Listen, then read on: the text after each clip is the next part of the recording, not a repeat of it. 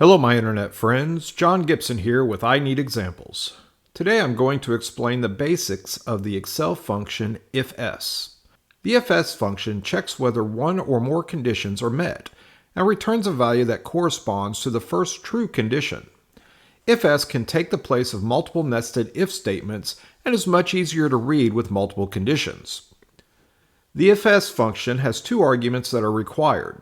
Logic test, this is what we are testing, and value if true. This is what will be displayed if our logic test is true. Optional arguments can be added to meet multiple logic checks. A good rule to follow is to specify a default result. Enter true for your final logic test argument. If none of the other conditions are met, the corresponding value will be returned. In this example, we want to find the value of our salespeople based on their weekly sales.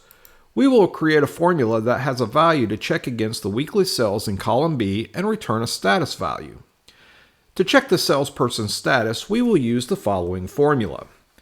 Equals if S, open parentheses, B2 is greater than or equal to 5,000, comma, amazing, comma, B2 is greater than or equal to 3,000, comma, great,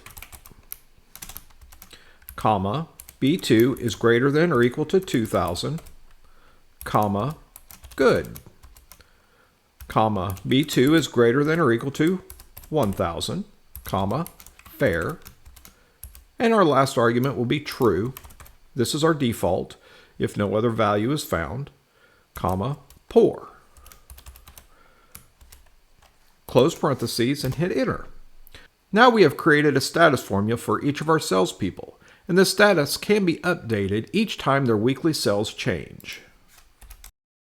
Thank you for watching. If you found this video helpful, please like and subscribe. Comment below if you would like to see examples on a specific topic. Have a wonderful day, and I will see you next time.